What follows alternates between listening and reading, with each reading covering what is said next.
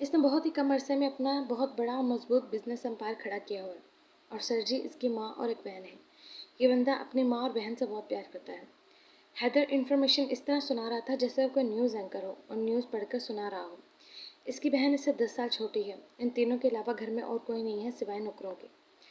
حیدر، تمہارے ذمہ جو کام میں نے لگایا ہے، تم اپنے ساتھ کچھ بندے لے کر جاؤ اور اس کام کو سر انجام دو۔ میں کسی بھی قسم کی کوتاہی برداشت نہیں کروں گا، اور اپنے ساتھ سکینہ بی بی کو ضرور لے کر جانا۔ لڑکی کو ہاتھ صرف سکینہ بی بی ہی لگائے، اگر کسی اور نے لڑکی کو ٹچ کیا تو جان لے لوں گا۔ اور اپنے ساتھ کچھ لیڈیز اہلکار بھی لے کر جانا۔ شامیر حیدر کو آرڈر دیتا ہوا پولیس اسٹیشن سے باہر نکلا اور اپنی جیپ نکالی اور سیدھا رومان شاہ کے آفس پہنچ گیا۔ شامیر سیدھا رومان شاہ کے روم کی طرف بڑھ رہا تھا کہ دلاور راستے میں آیا اور پوچھنے لگا، سر آپ یوں بنا پوچھے اندر نہیں جا سکتے۔ میرے خیال سے میری یونیفارم دیکھ کر مجھے لگتا نہیں کہ تمہیں بتانا پڑے گا کہ میں ایک آفیسر ہوں اور مجھے تم اس طرح روک نہیں سکتے۔ شامیر نے جب دلاور کو آنکھیں دکھائیں تو اس کی دبنگ پرسنالٹی دیکھ کر دلاور چپ کر کے پیچھے ہٹ گیا، اور شامیر دروازہ کھول کر سیدھا رومان شاہ کے آفس کے اندر داخل ہوا، جہاں پر رومان شاہ اپنے لیپ ٹاپ پر نظریں جمائے ہوئے کچھ کام کر رہا تھا۔ اگر آپ ایک پولیس والے ہیں تب بھی آپ کو کسی کے روم میں آنے سے پہلے اجازت طلب کرنی چاہیے۔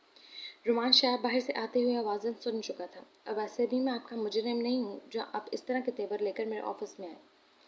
اگر وہ اے سی پی تھا تو سامنے بھی رومان شاہ تھا جو اس وقت اپنے پیروں پر اتنی مضبوطی سے کھڑا تھا کہ اسے کسی سے ڈرنے کی ضرورت نہیں تھی۔ میں تم سے جھگڑا کرنے نہیں آیا، اس لیے آرام سے بیٹھ کے میری بات سنو۔ اے سی پی اسی کرسی کو کھینچتے ہوئے رومان شاہ کے سامنے بیٹھ گیا۔ جی فرمائیں، رومان شاہ نے آئی برو اٹھا کر بہت ایٹیٹیوڈ سے کہا۔ ایسا نہیں کہ رومان شاہ مہمان نواز نہیں تھا۔ رومان شاہ اچھوں کے ساتھ بہت اچھا تھا اور رومان شاہ کی مہمان نوازیاں تو بہت مشہور تھی، مگر جس ایٹیٹیوڈ سے شاہ امین نے دلاور سے بات کی تھی اس کی وجہ سے رومان شاہ کا پارا کافی ہائی ہو گیا تھا۔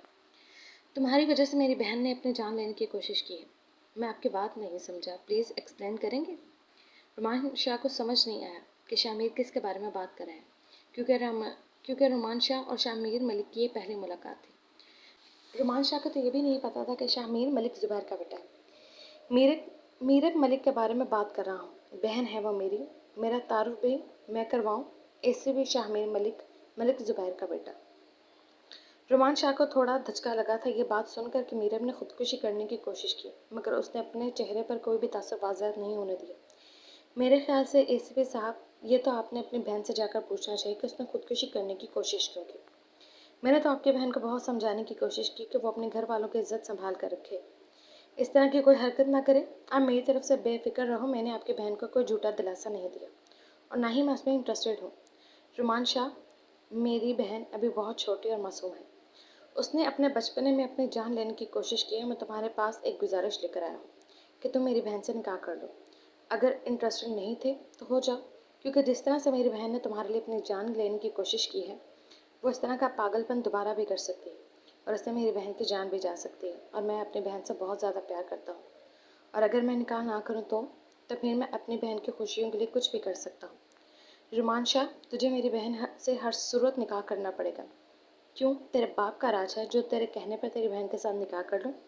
بکواس بند کرو رومان شاہ، میرے باپ پر مت جانا۔ وہ رومان شاہ کے سر پر گن تانے ہوئے کھڑا تھا۔ اے سی پی، اس کھلونے کو پیچھے کرو، اس سے کسی اور کو ڈرانا۔ رومان شاہ نے ایسے بہت کھلونے دیکھے ہیں، مجھے اس سے ڈرانے کی کوشش مت کرو۔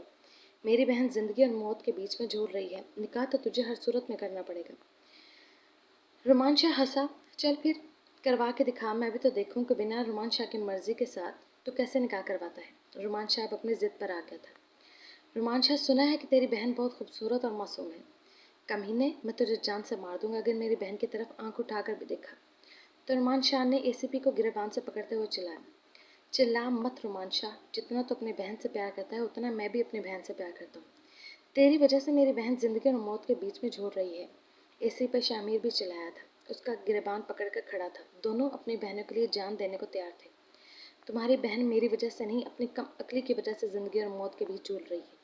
اگر وقت پر اسے صحیح اور غلط کا فرق سمجھایا ہوتا تو آج نوبت یہاں تک نہیں آتی۔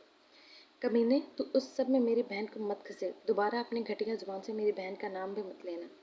کہاں تو رومان شاہ شامیر پر طنزیہ ہنس رہا تھا اور کہاں اس وقت اس کی آنکھوں میں خون اترا ہوا تھا۔ اب شامیر ہنسا تھا، رومان شاہ، تمہاری بہن میرے قبضے میں ہے، اب تو پہلے میری بہن سے آ کر نکاح کر، اس کے بعد اپنی بہن سے ملنا، یہ الفاظ نہیں تھے۔ رومان شاہ کو ایسے لگا جیسے اس کے پورے وجود پر کسی نے پیٹرول پھینک کر آگ لگا دی ہو۔ کمینے، اپنے بکواس بند کر، اگر یہ تو نے مذاق کیا ہے تو انتہائی گھٹیا مذاق ہے۔ رومان شاہ اے سی پی کو گریبان سے پکڑتے ہوئے اپنے آفس کے ٹیبل پر دبائے ہوئے کھڑا تھا۔ اے سی پی نے دوسرے ہاتھ سے داؤ کھیلتے ہوئے رومان شاہ کو نیچے کر دیا، خود اوپر آ گیا۔ رومان شاہ، سمجھنے کی کوشش کر، تیرے پاس کوئی اور چارہ نہیں ہے سوائے اس کے کہ تو میری بہن سے نکاح کرے، کیوں اگر تیری بہن اغوا ہونے کی خبر باہر گئی تو بدنامی تیری بہن کی بھی ہوگی۔ میرے خیال سے تو اتنا بیوقوف تو نہیں ہے کہ اپنی بہن کی بدنامی ہونے دے۔ اب تمہارے ہاتھ میں ہے کہ تم اپنی بہن کی بدنامی سے ہونے سے بچا لو۔ لڑکیوں کی عزت کتنی نازک ہوتی ہے، اتنا تو جانتے ہوگے۔ میں کیسے یقین کر لوں کہ میری بہن تیرے قبضے میں ہے، کیونکہ میری بہن تیری بہن کی طرح آوارہ نہیں ہے اور نہ وہ گھر سے باہر جاتی ہے۔ رومان شاہ، اپنی زبان کو لگام دے، میری بہن کے بارے میں غلط بولا تو میں تمہاری زبان کھینچ لوں گا۔ شاہ کی آواز پورے آفس میں گونج رہی تھی۔ اور رہی اس بات کا ثبوت دینے کی کہ تیری بہن میرے قبضے میں ہے یا نہیں، تو یہ تیری غلط فہمی ابھی دور کر دیتا ہوں۔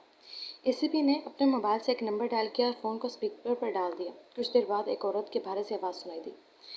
سکینہ بیبی، لڑکی سے بات کرواؤ، اس کا بھائی بات کرنا چاہتا ہے۔ لے کر اپنی بہن سے بات۔ اے سی پی نے رومان شاہ کے آگے فون کیا تو رومان شاہ نے کھا جانے والی نظروں سے فون کو غصے سے پکڑا۔ ہیلو مرحا، بھائی ان لوگوں نے مجھے زبردستی مال سے اپنی گاڑی میں بٹھا لیا۔ بھائی آپ مجھے لے جائیں، مجھے بہت ڈر لگ رہا ہے۔ میرا کی ڈری ہوئی اور سہمی ہوئی روتی ہوئی آواز رومان شاہ کے کانوں میں پڑی تو رومان شاہ کے کلیجے میں آگ لگ گئی۔ مرحا بہت ڈرپوک سی لڑکی تھی۔ رومان شاہ تو گھر میں اس سے اونچی آواز کے ساتھ بات تک نہیں کرتا تھا، کیونکہ وہ اونچی آواز سے بہت گھبراتی اور ڈر جایا کرتی تھی۔ مرحا، میرا بچہ، گھبرانا نہیں ہے آپ نے، آپ کا بھائی آپ کو لے کر آئے گا۔ بھائی پلیز جلدی آ جائے، مجھے بہت ڈر لگ رہا ہے۔ آپ نے ڈرنا نہیں، آپ کا بھائی ہے نا؟ رومان شاہ اپنی بہن کو تسلی دے رہا تھا۔ رومان شاہ اپنی بہن سے کتنا پیار کرتا ہے، اس کی تڑپ اس کے چہرے سے صاف نظر آ رہی تھی۔ شاہ میر کے دل کو تسلی ہوئی کہ اب اس کی بہن کی زندگی خطرے سے باہر ہے، کیونکہ وہ اپنے منصوبے میں کامیاب ہو چکا تھا۔ رومان شاہ کا بایو ڈیٹا نکلوا کر وہ اتنا سمجھ گیا تھا کہ یہ بندہ کسی بھی چیز سے ڈرنے والا نہیں ہے۔